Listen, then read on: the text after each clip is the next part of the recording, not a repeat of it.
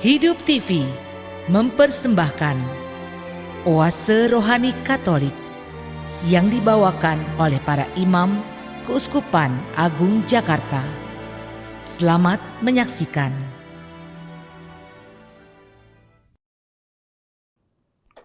Sahabat Oase Rohani Katolik yang terkasih, selamat berjumpa dengan saya, Romo Blasius Sumaryo SJY. Hari ini kita memasuki minggu keempat Paskah dan juga sekaligus minggu panggilan. Dalam kesempatan ini kita diajak untuk bersyukur atas panggilan Tuhan menjadi muridnya, dan kita juga diajak untuk berdoa supaya benih-benih panggilan sebagai religius dan imam, biaran-biarwati semakin tumbuh di kalangan orang muda. Kita juga berdoa supaya orang muda dapat membangun keluarga Katolik yang baik dan berbahagia. Oleh karena itu, pada kesempatan ini kita diajak untuk merenungkan dan mendengarkan sabda Tuhan, kemudian menyerap sari pati dari sabda itu yang menjadi inspirasi dalam hidup kita sebagai murid-murid Yesus pada zaman ini. Oleh karena itu, sebelum kita mendengarkan sabda Tuhan, sejenak kita hening, kita berdoa supaya Tuhan membuka hati kita. Dengan demikian, kita semakin memahami rencana dan juga keinginan Tuhan untuk hidup kita dalam panggilannya sebagai muridnya. Sejenak kita hening, kita berdoa bersama.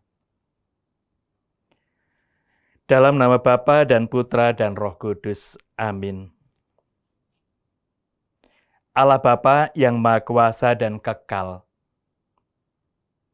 Engkau mencamkan dalam hati kami satu nama. Tempat kami dapat memperoleh keselamatan, ialah Yesus Putramu yang hidup. Kami mohon, bangunlah kami menjadi gerejamu, di mana Dia menjadi batu sendinya.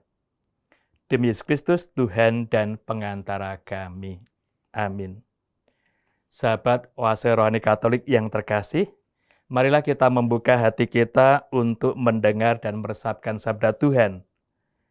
Bacaan pertama diambil dari Kisah Para Rasul bab 4 ayat 8-12. Tatkala dihadapkan kepada Mahkamah Agung Yahudi, karena telah menyembuhkan seorang lumpuh, Petrus yang penuh dengan Roh Kudus berkata, "Hai pemimpin-pemimpin umat dan tua-tua, jika kami sekarang harus diperiksa karena suatu kebajikan kepada seorang sakit, dan harus menerangkan dengan kuasa manakah orang itu disembuhkan, maka ketahuilah oleh kamu sekalian dan oleh seluruh umat Israel, bahwa semua itu kami lakukan dalam nama Yesus Kristus, orang Nazaret, yang telah kamu salibkan, tetapi dibangkitkan Allah dari antara orang mati. Karena Yesus itulah orang ini sekarang berdiri dengan sehat di depan kamu.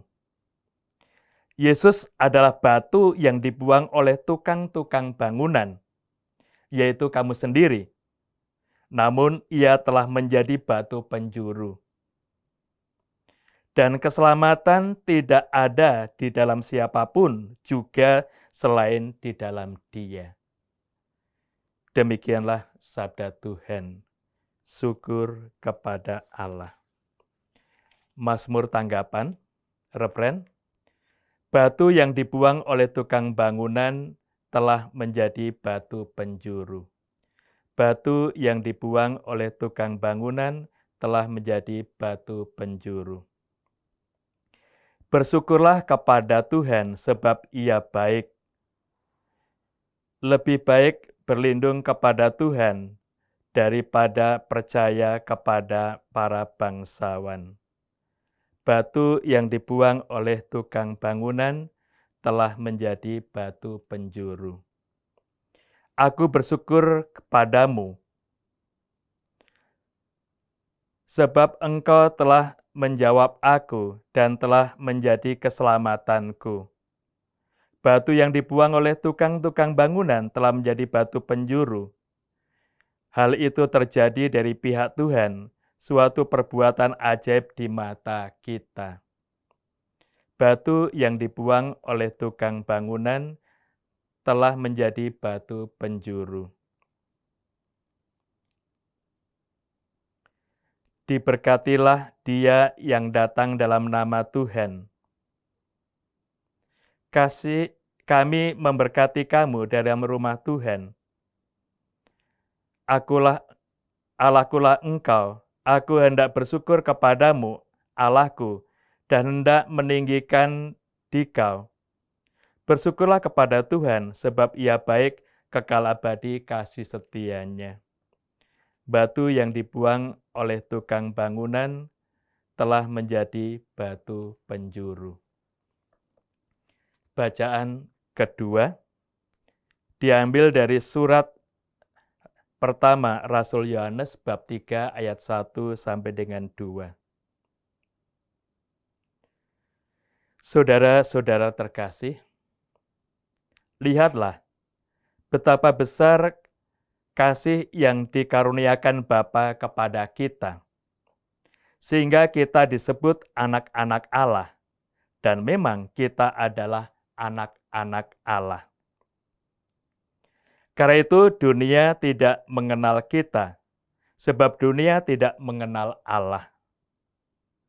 Saudara-saudaraku terkasih, sekarang kita adalah anak-anak Allah, tetapi belum nyata bagaimana keadaan kita kelak. Akan tetapi, kita tahu bahwa apabila Kristus menyatakan dirinya, kita akan menjadi sama seperti Dia. Sebab kita akan melihat Dia dalam keadaannya yang sebenarnya. Demikianlah sabda Tuhan.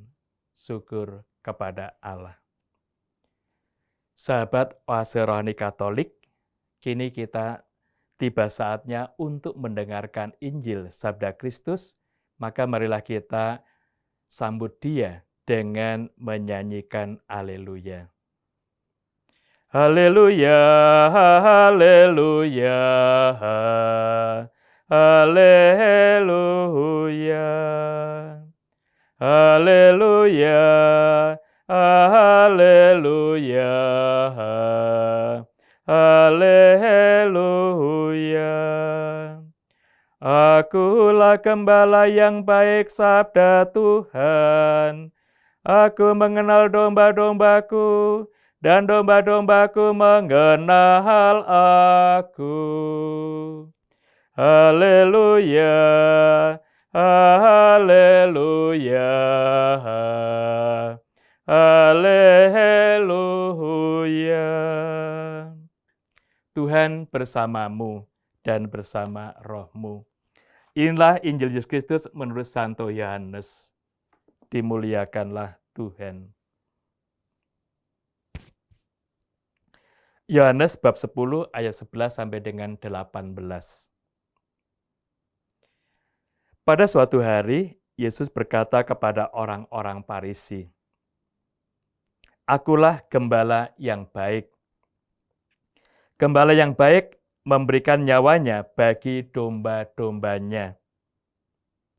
Sedangkan seorang upahan yang bukan gembala dan yang bukan pemilik domba-domba itu sendiri, ketika melihat serigala datang, meninggalkan domba-domba itu lalu lari. Sehingga serigala itu menerkam dan mencerai-beraikan domba-domba itu. Ia lari karena ia seorang upahan dan tidak memperhatikan domba-domba itu. Akulah gembala yang baik. Aku mengenal domba-dombaku, dan domba-dombaku mengenal aku. Sama seperti Bapa mengenal aku, dan aku mengenal Bapa. Dan aku memberikan nyawaku bagi domba-dombaku. Ada lagi domba-domba lain yang bukan dari kandang ini. Domba-domba itu harus kutuntun juga. Mereka akan mendengarkan suaraku, dan mereka akan menjadi satu kawanan dengan satu gembala. Bapa mengasihi aku, oleh karena aku memberikan nyawaku untuk menerimanya kembali. Tidak seorang pun mengambil daripadaku selain aku memberikannya menurut kehendakku sendiri. Aku berkuasa memberikan kepadanya dan berkuasa mengambilnya kembali. Inilah tugas yang kuterima dari Bapa-Ku. Demikianlah Injil Tuhan. Terpujilah Kristus.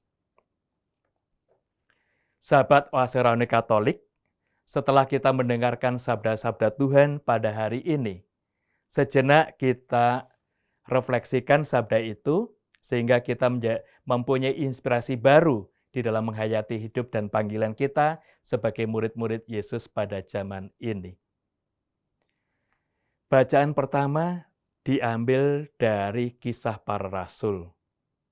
Kita tahu, Kisah Para Rasul, buku yang kedua yang ditulis oleh Lukas, memberikan laporan kehidupan para murid Yesus setelah Yesus bangkit dan naik ke surga.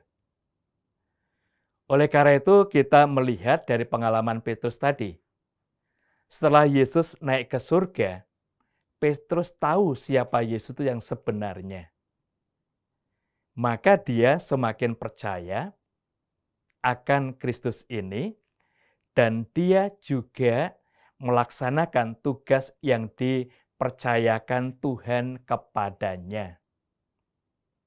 Kita tahu, setelah kebangkitan Yesus itu, Yesus bertanya kepada Petrus, apakah engkau sungguh mengasihi aku lebih dari yang lain?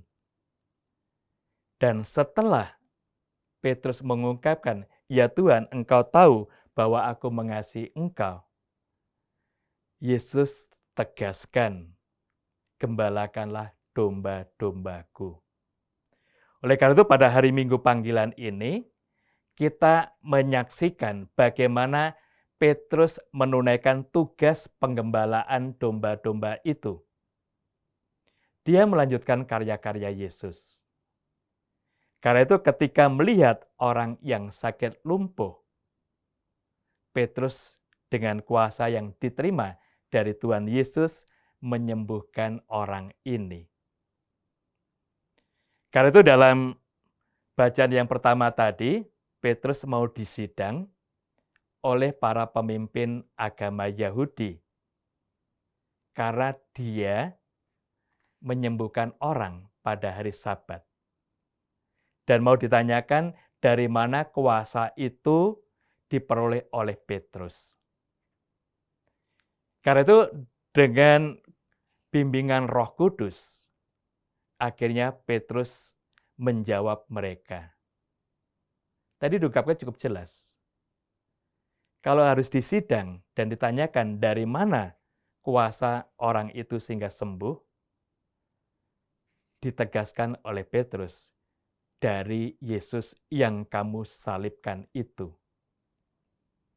Oleh karena itu dalam pengalaman iman kita juga diajak untuk melihat, memahami bahwa Yesus yang disembuhkan ini, Yesus yang disalibkan itu tetap memberikan daya rahmat kesembuhan untuk kita sampai saat ini.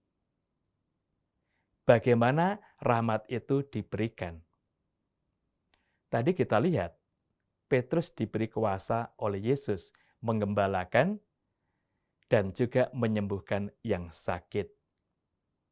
Dan kuasa penyembuhan itu sekarang juga tetap diberikan oleh Yesus kepada gereja, kepada kita, yaitu melalui sakramen pengurapan orang sakit.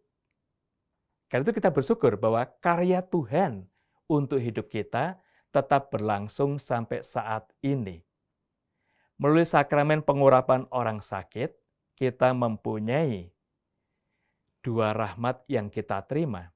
Pertama, rahmat kesembuhan, dan yang kedua adalah rahmat penghapusan dosa sehingga jiwa kita dibersihkan oleh Tuhan.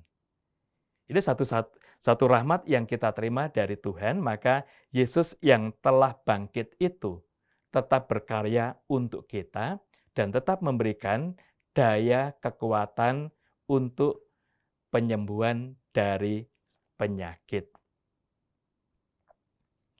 Oleh karena itu, dalam tugas penggembalaan ini, Petrus semakin men-sharingkan pengalaman kepercayaan kepada Yesus ini. Oleh karena itu tadi juga bisa kita pahami bahwa Petrus akhirnya memberi kesaksian siapa Yesus itu. Tadi diungkapkan cukup jelas bahwa Dia yang kamu salibkan itu kini telah bangkit dan memberi kuasa untuk menyembuhkan. Oleh karena itu, para pemimpin agama Yahudi, para imam kepala, menjadi terkejut dan heran. Karena menurut pertimbangan mereka, kalau Yesus itu sudah dibunuh dan disalibkan, wibawa dan kuasa Yesus akan lenyap dan para muridnya akan bubar. Tetapi mereka tidak mengerti bahwa setelah wafat, sengsara dan wafatnya, Yesus bangkit pada hari ketiga. Ternyata kebangkitan ini memberikan daya kekuatan ilahi dan juga pintu untuk masuk kehidupan kekal bagi kita para pengikutnya. Karena itu juga ditegaskan oleh Petrus tadi bahwa Yesus yang kamu buang menjadi batu penjuru untuk karya keselamatan. Tidak ada keselamatan kita terima kecuali dalam pribadi Yesus ini.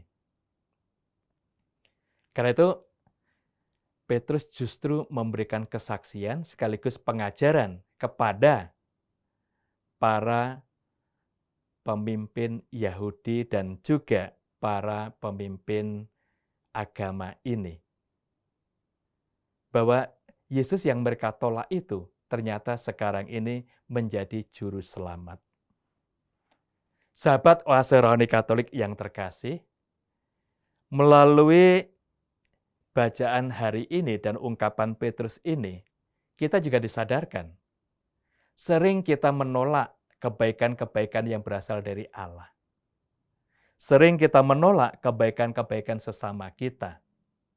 Padahal mereka itu sebenarnya menjadi sarana dan alat bagi Tuhan untuk menyampaikan rahmat yang kita butuhkan. Dalam kehidupan bersama, sering terjadi konflik antar kita dengan tetangga, antar kita dengan anggota keluarga, anggota komunitas. Baru setelah peristiwa terjadi, kadangkala kita menyesal. Mengapa itu kita lakukan padahal Dia selalu baik terhadap kita. Nah, dalam perjalanan waktu, mengapa konflik itu terjadi dan penolakan ini terjadi? Karena egoisme kita yang menganggap diri lebih baik dari orang lain atau kita sendiri tidak mau disaingi oleh orang lain. Supaya kita nampak baik, maka kita menolak kebaikan-kebaikan orang lain.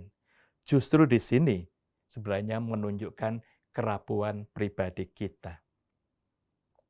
Oleh karena itu, dengan ungkapan Petrus tadi, bahwa Yesus yang kamu tolak dan kamu salibkan itu kini menjadi batu penjuru untuk keselamatan, mereka juga akhirnya baru memahami, baru sadar. Karena menurut pemikiran mereka, kuasa Yesus itu akan hilang dengan kematiannya, pengaruh Yesus akan lenyap dari muka bumi ini.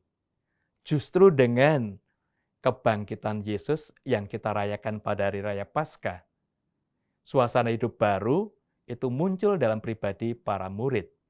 Mereka yang awalnya takut, sekarang menjadi saksi yang hebat seperti Petrus hari ini. Nah, ini sebenarnya juga akhirnya menyadarkan kita semua bahwa iman kita yang hidup itu akan semakin mengarahkan kita bersama. Dinamika hidup kita juga akan semakin membuat kita sendiri berkembang di dalam kasih. Dan kita juga akan semakin berani untuk memberi kesaksian. Oleh karena itu, melalui bacaan hari ini dan pengalaman Petrus, ada hal yang baik yang perlu kita kembangkan dalam hidup kita. Sebenarnya kita diajak untuk tidak menolak orang-orang sekitar kita, terutama yang mempunyai kehendak dan keinginan baik. Justru kita diajak untuk bekerja sama. Dengan demikian, kita akan menjadi saluran kasih bagi sesama itu. Para murid akhirnya juga mempunyai keberanian. Mereka tidak lagi takut dengan orang-orang yang menghambat mereka untuk menjadi pewarta atau untuk mewartakan Yesus. Kita tahu, sebenarnya banyak hambatan dan tantangan yang dialami oleh para rasul. Petrus pun awalnya dilarang oleh mereka untuk memberitakan tentang Yesus yang bangkit itu. Justru Petrus menunjukkan keberanian. Kebenaran iman ini, bahwa Yesus Juru Selamat, tidak bisa dikalahkan oleh hambatan dari orang-orang lain. Karena itu, semakin Petrus dilarang, semakin dia berbuat banyak untuk kehadiran Yesus ini. Maka juga kita sadari tadi, semakin dilarang ternyata Petrus semakin berani mewartakan Yesus dengan kuasa itu yang menyembuhkan orang sakit. Dengan karya dan keberanian Petrus ini, semakin meneguhkan orang-orang yang mulai percaya kepada Yesus. Kita tahu, sebagian di antara mereka memang ragu-ragu. Apalagi ketika ada hambatan dan juga hasutan dari para pemimpin untuk tidak mewartakan Yesus dan tidak percaya kepada Dia. Tapi justru di sini mereka semakin menyadari bahwa Yesus itulah yang menjadi batu penjuru. Sahabat Oase Rohani Katolik yang terkasih, bagi kita perlu merumuskan iman seperti Petrus tadi. Yesus inilah batu penjuru bagi kita untuk karya keselamatan. Yesus itulah andalan bagi kita. Maka kita diajak untuk semakin menghidupi iman itu dalam kehidupan yang konkret. Kita semakin terbuka menerima sabdanya, dan kita semakin terbuka menerima bimbingan Roh Kudus. Baru dengan cara itu, kita akan semakin mengembangkan kerjasama dengan semua orang yang berbuat baik. Kita tahu dari pengalaman para rasul ini, keterbukaan terhadap orang lain, tidak menolak orang lain, akhirnya Petrus juga tegaskan bahwa Allah tidak pernah membedakan orang, maka Petrus juga tidak pernah membedakan orang. Dan itu yang menjadi sikap hidup kita. Seperti diungkapkan dalam Kisah Para Rasul 10:34. Aku tahu bahwa Tuhan tidak pernah membedakan orang. Nah, dengan konteks ini, kita diajak untuk menghidupi iman kita, tidak pernah membedakan orang, mereka semua adalah saudara kita, dan mereka menjadi sahabat kita untuk berbuat baik, menciptakan damai sukacita untuk kebahagiaan semua orang. Kita diajak menjadi duta damai, pelopor untuk menciptakan sekitar kita dunia yang membahagiakan, menenteramkan. Karena itu, prinsip kita tidak menolak orang lain, dan kita mau bekerja sama dengan siapa saja yang berkehendak dan keinginan baik. Lalu kita juga, seperti Petrus tadi, mewartakan kebenaran. Dan kita mengandalkan Tuhan di dalam kehidupan ini yang selalu memberikan sukacita dan damai. Karena itu, kita juga bisa melakukan pertobatan dalam hidup kita. Kalau selama ini pribadi kita menjadi biang kerok, menjadi pribadi yang selalu sumber perselisihan, kita harus mengubah. Kita menjadi pribadi yang pendamai. Menerima setiap orang, anggota keluarga kita, mengapresiasi kehebatan-kehebatan mereka, akhirnya disitulah kita menjadi pribadi yang sungguh berkembang dalam kebaikan ini. Dengan ungkapan Petrus tadi, Yesus yang kamu salibkan itu kini menjadi batu penjuru untuk keselamatan. Petrus mengajak, mengapresiasi kehebatan yang ada dalam pribadi orang lain.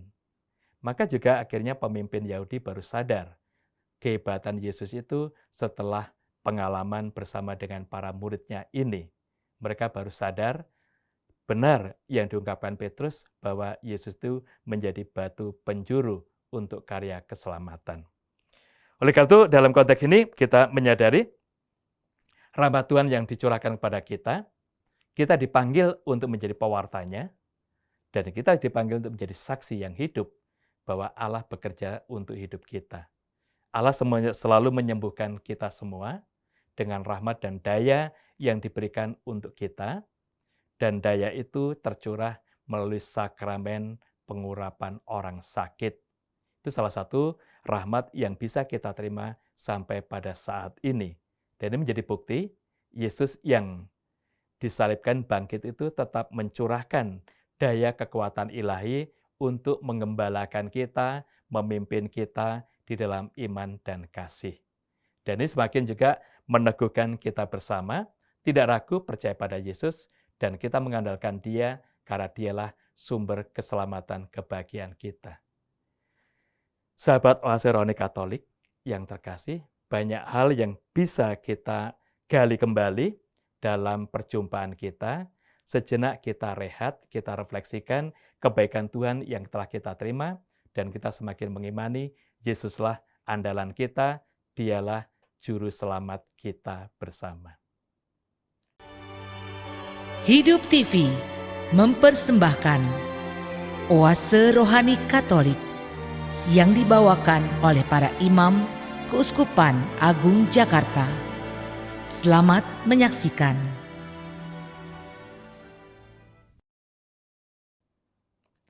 Sahabat Oase Rohani Katolik yang terkasih, tadi sudah kita lihat bagaimana Petrus memberikan kesaksian tentang kuasa yang menyembuhkan orang yang sakit itu, yakni kuasa dari Yesus Kristus sendiri. Dan Petrus telah memberi katekese pengajaran kepada para pemimpin Yahudi dan imam-imam bahwa Yesus yang mereka salibkan, mereka buang, itu justru menjadi batu penjuru untuk keselamatan kita. Dan kita diajak untuk selalu memberi saksi bagi dunia sekitar kita bahwa Tuhan sungguh hidup dan tinggal bersama dengan kita. Sekarang kita akan melihat bagaimana pembentukan iman para rasul itu sampai mempunyai hasil yang tadi kita temukan dalam pribadi Petrus yang ingin ditawarkan dan ditegakkan dalam hidup kita. Dalam Injil hari ini, Yesus berbicara tentang gembala yang baik, yang mempunyai relasi hidup dengan para muridnya. Tentu dalam konteks ini, kita diajak untuk memahami bahwa Tuhan itu mempunyai relasi kepada kita, dan relasi itu mau menunjukkan sikap iman, sikap batin kita. Sebenarnya yang mau diteguhkan dalam gembala baik hari ini, itu apa yang diwartakan oleh Yehezkiel dalam Perjanjian Lama. Yehezkiel selalu mengungkapkan perjanjian antara Allah dengan kita. Kita menjadi umatnya dan Dia menjadi Allah kita. Maka di sini ada relasi saling memiliki. Dan tentu relasi saling memiliki ini juga ada upaya. Tuhan menjaga kita, melindungi kita, tetapi kita juga mempunyai kewajiban memuliakan Dia di dalam hidup. Ini sebenarnya relasi timbal balik yang menumbuhkan kepercayaan bahwa kita menjadi umat-Nya yang dipelihara untuk keselamatan, dan kita juga mempunyai kewajiban meluhurkan, memuliakan Tuhan di dalam hidup kita. Mulai Perjanjian Lama juga kita bisa melihat ungkapan kerinduan kita bersama. Tuhanlah gembalaku. Itu bisa kita temukan dalam Mazmur 23. Di sana diungkapkan refleksi yang sungguh jujur dan sungguh menyadarkan kita. Tuhanlah gembalaku, takkan aku kekurangan. Nah, dari Mazmur ini mau menyadarkan kita bersama, kalau kita sungguh dekat dengan Tuhan, akrab dengan Tuhan, dan selalu bersatu dengan Tuhan, tidak akan pernah kita mengalami merasakan kekurangan. Mengapa?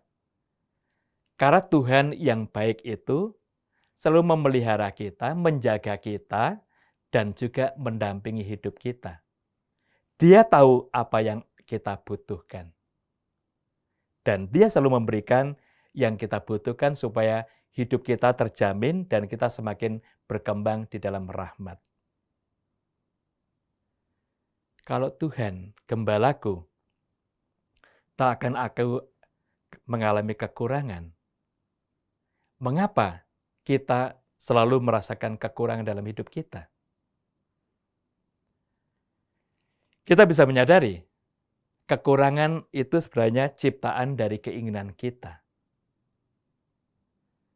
Dan juga kita bisa melihat, dalam kehidupan kita, kita merindukan mempunyai sesuatu. Setelah diberikan oleh Tuhan, kita tidak bersyukur padanya, tapi kita melihat kelebihan orang lain dalam hal materi misalnya atau kekuasaan, akhirnya kita merasa kurang lagi. Ini yang sering terjadi dalam pribadi kita, kekurangan yang kita rasakan itu sebenarnya hanya terjadi dari ciptaan keinginan-keinginan pribadi kita yang semakin tumbuh, dan itu didasari oleh perjumpaan dengan orang lain. Kita mempunyai keinginan-keinginan dari sesama kita. Maka sebenarnya kita juga dibimbing oleh Tuhan dalam konteks ini. Melalui 10 perintah Allah, kita dibimbing, jangan mengingini milik orang lain. Sebenarnya kita diarahkan bahwa Tuhan sudah mendampingi kita, memberikan daya, kekuatan, dan yang dibutuhkan itu diberikan Tuhan kepada kita. Oleh karena itu, melalui Mazmur 23, Tuhanlah gembalaku, di sini kita diajak untuk melihat bahwa Yesus membimbing kita untuk memahami Dia sebagai gembala kita yang menuntun kita, memberikan daya, kekuatan, kegembiraan, dan kebahagiaan dalam hidup kita sebagai murid-murid-Nya. Dia mengambil simbol gembala yang berjalan di depan, dan Dia selalu merawat yang sakit, dan Dia sendiri selalu mengorbankan hidupnya untuk kita kawanan domba-Nya.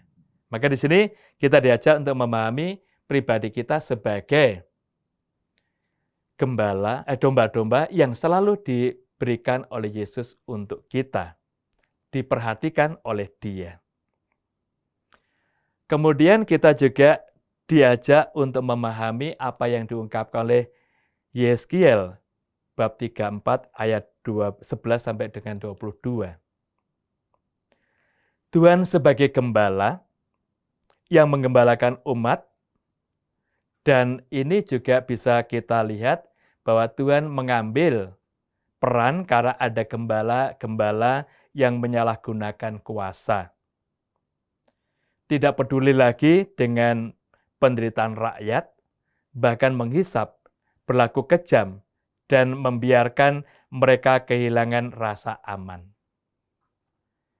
Karena itu akhirnya kita lihat bahwa Tuhan sendiri yang akan mengumpulkan mereka yang tercerai-berai, membalut yang luka, dan memberikan rasa aman. Di sini Yeskiel mengungkapkan cukup jelas bahwa Tuhan itu ingin menjadi gembala kita karena beberapa gembala yang dipercayakan oleh Tuhan menggembalakan kawanan bersikap tidak adil. Mereka menyalahgunakan kuasanya dan mereka tidak lagi memperhatikan kawanan yang dipercayakan Tuhan. Dan mereka membiarkan domba-domba itu tercerai-berai. Maka Tuhan sendiri yang akan menghimpun umat Israel sebagai domba-dombanya, memimpin mereka dan merawat mereka. Bertitik tolak dari Yeskiel ini, kita bisa memahami Injil Yohanes bab 10 yang kita dengarkan dalam bacaan hari ini. Yesus tidak memperlawankan dirinya dengan gembala yang jahat. Tetapi tadi diungkapkan, dia gembala yang baik berhadapan dengan pencuri dan perampok, orang asing dan upahan. Maka di sini yang mau diungkapkan oleh Yesus berbeda dengan Yeskiel. Kalau Yeskiel jelas gembala baik berhadapan dengan gembala yang jahat. Sekarang Yesus sebagai gembala baik bukan berhadapan dengan yang jahat, tetapi dengan mentalitas sebagai pencuri dan perampok, orang asing dan orang upahan yang tidak mau berkorban untuk tugas pelayanan yang dipercayakan kepadanya. Karena itu dalam Injil Yohanes ini sebenarnya kita mau disadarkan hanya ada satu gembala, yaitu Yesus. Dia gembala yang baik. Dan Yesus gembala-gembala yang baik ini memanggil kita semua untuk ikut serta di dalam karya penebusan ini. Maka kita juga bisa melihat bahwa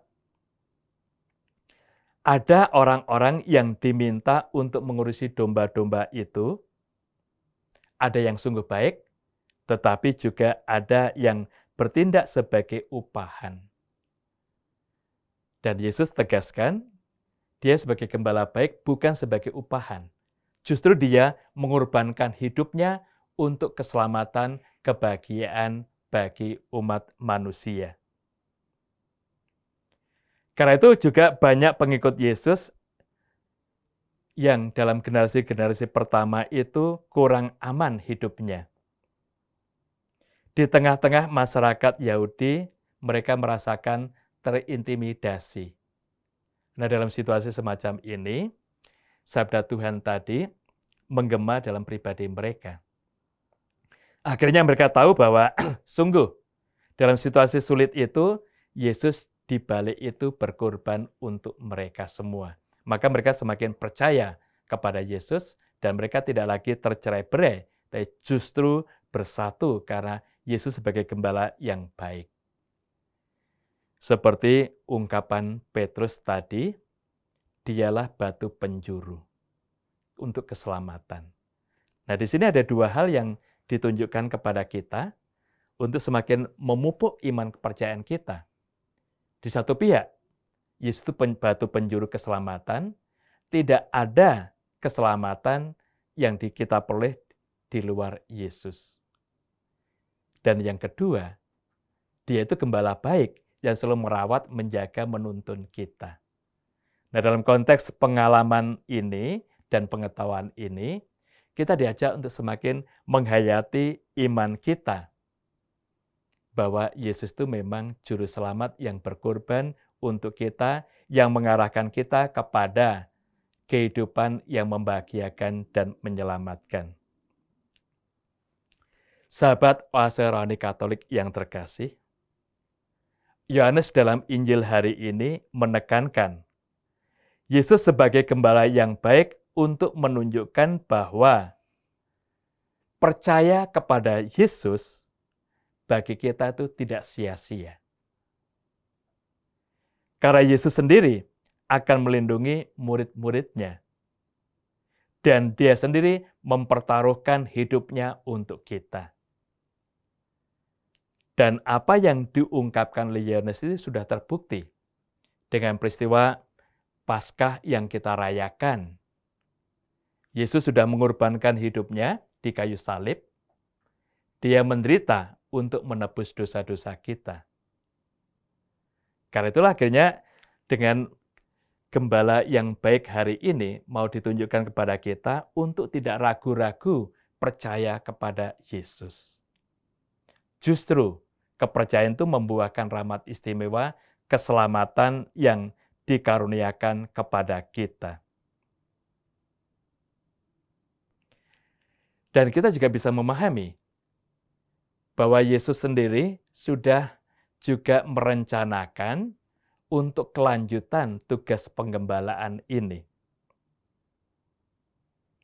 Kita tahu, setelah kebangkitan Yesus, dia tegaskan kepada Petrus untuk menjadi gembala bagi kawanan dombanya.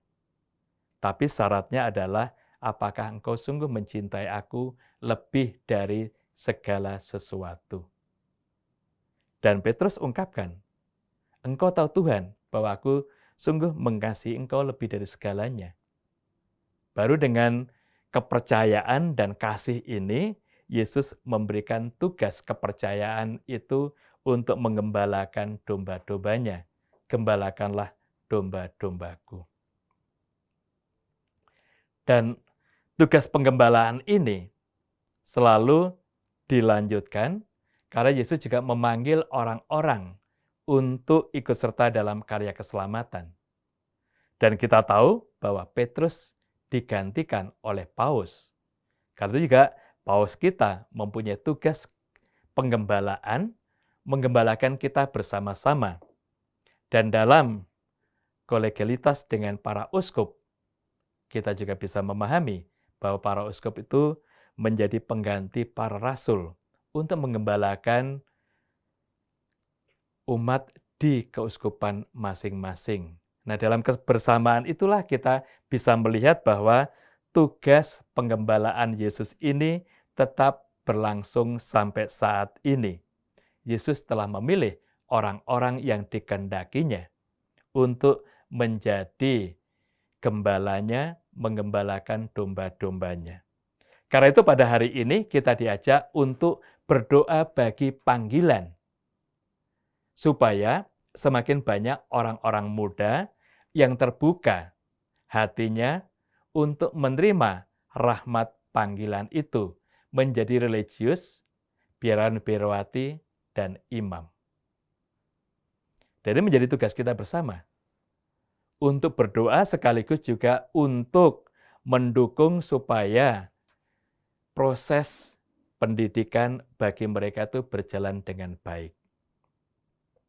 Dan pada hari ini kita juga berdoa supaya orang-orang muda yang ingin membangun keluarga itu bisa membangun keluarga yang bahagia. Ini juga salah satu kesaksian bagi kita menghayati iman kepercayaan bahwa melalui hidup berkeluarga pun Tuhan mempercayakan tugas menjadi saksinya di tengah masyarakat ini.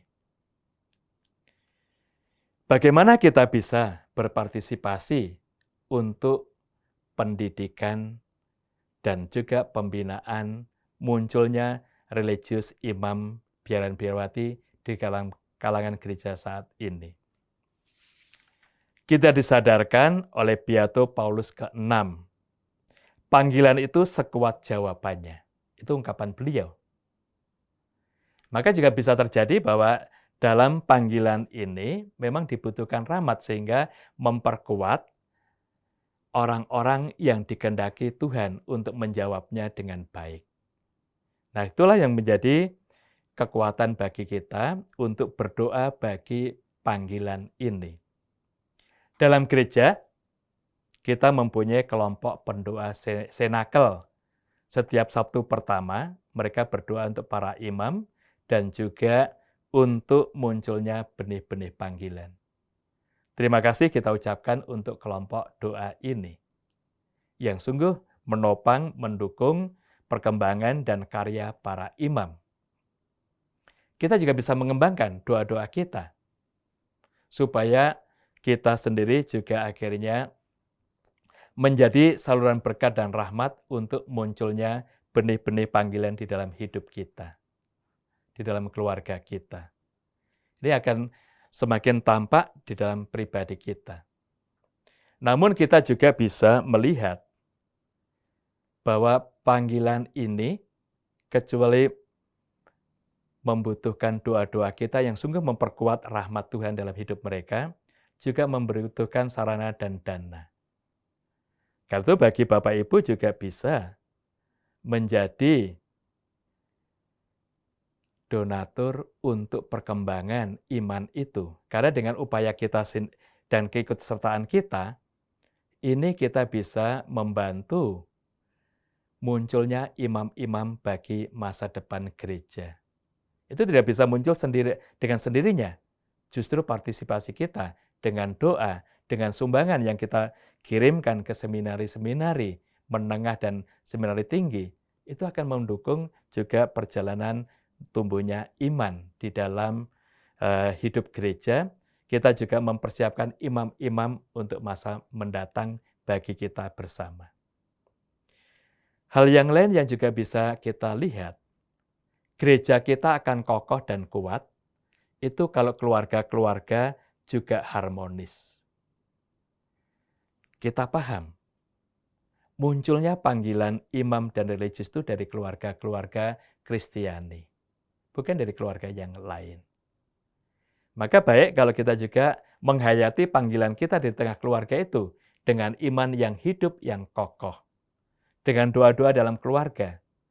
Justru di sini kita juga, kecuali mendukung perkembangan panggilan yang sudah ada dan yang mempersiapkan panggilan-panggilan yang lain, keluarga kita pun bisa menjadi sumber panggilan untuk hidup khusus ini. Maka bagi kita, kalau anggota keluarga kita dipanggil untuk menjadi religius dan imam, kita bukan gondeli atau menarik mereka, tapi justru kita mendorongnya. Kita bergembira karena dengan panggilan itu keluarga kita sudah mempersembahkan yang terbaik dari kita untuk Tuhan.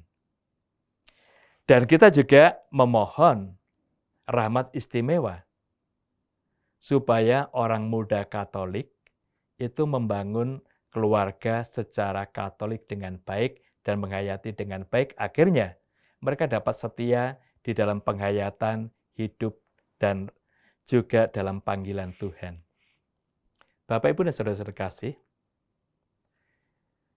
kita tidak bisa menutup mata bahwa pada saat ini juga ada beberapa keluarga Katolik yang gagal untuk menghayati panggilan sebagai keluarga Katolik. Mengapa terjadi? Kemungkinan di sini bahwa kesadaran kita dipanggil oleh Tuhan untuk membangun keluarga yang Katolik yang harmonis, yang bahagia itu tidak kita hayati dengan baik. Karena masing-masing melihat bahwa egoisme pribadi itu yang ditonjolkan sehingga mengabaikan orang lain. Nah, dalam konteks ini kita diingatkan kembali, setiap orang Katolik dipanggil untuk bersama dengan Tuhan menjadi pewarta yang handal, menjadi penyalur rahmat Tuhan bagi sesama. Karena itulah akhirnya juga kesadaran kita perlu kita tumbuhkan dalam hidup kita. Bahwa kita dipanggil oleh Tuhan untuk juga menghadirkan kebahagiaan, cinta, yang juga menuntut pengorbanan.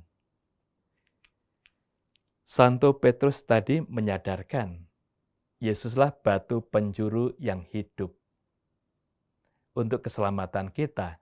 Dan dia telah mengorbankan diri untuk menjaga, merawat kita domba-dombanya. Dan kita semua sekarang dipanggil oleh Tuhan juga untuk berkorban, supaya keluarga kita, panggilan kita dalam rumah tangga, panggilan kita di dalam hidup sebagai imam, religius, dan biaran biawati itu semakin mendatangkan berkat dan rahmat untuk orang-orang sekitar kita. Kunci utama adalah mengorbankan diri seperti Kristus berkorban untuk kita. Dengan mengorbankan diri itu kita tidak kehilangan, tapi justru kita mendapatkan banyak rahmat, bahkan kita diperteguh untuk membagikan rahmat bagi sesama kita. Dan dalam pengalaman-pengalaman kita juga bisa tahu, semakin banyak orang berkorban, semakin bahagia hidupnya dan mampu membahagiakan hidup orang lain. Semakin kita egois, menginginkan diri sendiri, dipenuhi segalanya, itu semakin kita membebani orang lain, bahkan membuat orang-orang sekitar kita yang kita cintai itu menderita. Kita diajak oleh Tuhan, dan Tuhan memanggil kita untuk berkorban demi kasih dan iman. Ternyata itu buahnya adalah sukacita, kedamaian, kebahagiaan.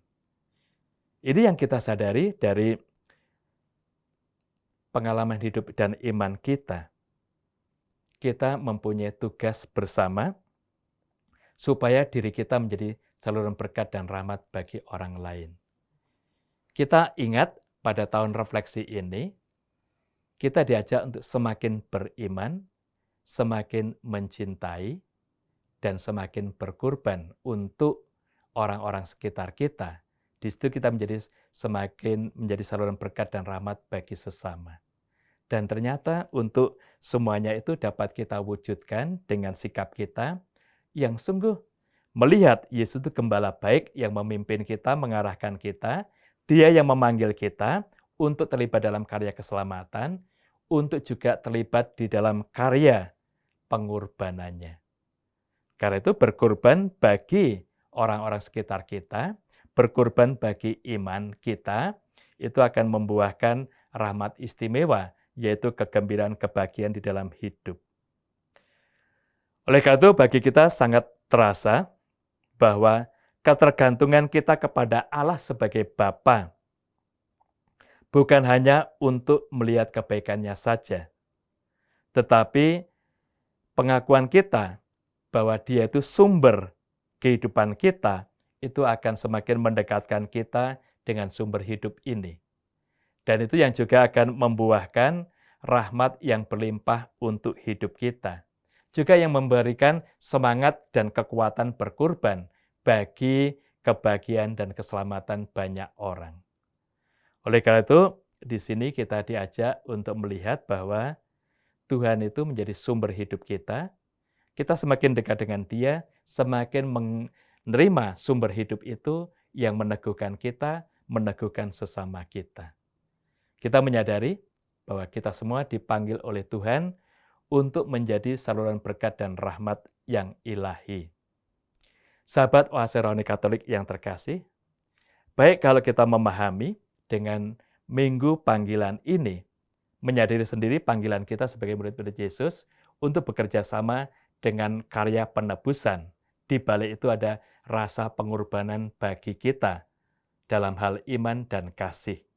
Kemudian yang kedua, kita diajak untuk semakin mengimani Yesus ini sebagai juru selamat kita dan percaya kepadanya bagi kita bukan sia-sia, tapi justru menemukan mutiara yang indah, sumber iman dan kasih, sumber kehidupan yang abadi. Oleh karena itu, marilah kita hayati hidup dan panggilan kita di dalam tata rahmat Tuhan kita ini. Sahabat Oase Rohani Katolik yang terkasih, banyak hal yang bisa kita gali kembali dalam rahmat ini, dan kita bisa menemukan dalam kebijaksanaan hidup kita setiap hari, membuka hati dan diri bagi Tuhan yang hadir, berbagi kebaikan dengan sesama kita. Oleh karena itu, marilah kita mengakhiri perjumpaan kita pada saat ini, kita berdoa, dan kita nanti menerima berkat dari Tuhan untuk hidup, pelayanan, dan panggilan kita. Kita tetap berdoa supaya semakin banyak orang muda terbuka pada panggilan untuk menjadi religius, imam biaran dan biarawati. Dan kita juga berdoa bagi mereka yang ingin membangun rumah tangga, supaya rumah tangga mereka itu gembira dan bahagia dan juga menjadi dasar kasih panggilan yang muncul dalam keluarga. Dalam nama Bapa dan Putra dan Roh Kudus. Amin. Allah Bapa yang Maha Kudus, kami bersyukur kepadamu atas Yesus Putramu, yang telah mengorbankan hidupnya demi kebahagiaan dan keselamatan kami. Dia menjadi batu hidup bagi kami untuk karya penebusan. Semoga rohnya menghimpun kami menjadi satu umat, menjadi satu gereja, dan memancarkan cahaya pembebasan bagi semua orang di dunia, sampai saatnya Engkau menjadi segalanya bagi semua orang. Dan perantara Kristus Tuhan kami. Amin. Tuhan bersamamu dan bersama rohmu. Hidup, karya, doa, dan seluruh anggota keluarga kita selalu dibimbing oleh berkat Maha Kuasa, Bapa dan Putra dan Roh Kudus. Amin. Sahabat Oase Rohani Katolik yang terkasih, demikianlah permenungan kita pada hari ini. Tuhan selalu menguatkan dan menjaga kita sekalian. Berkat Tuhan. Amin. Demikianlah Oase Rohani Katolik yang dibawakan oleh para imam Keuskupan Agung Jakarta. Tuhan memberkati.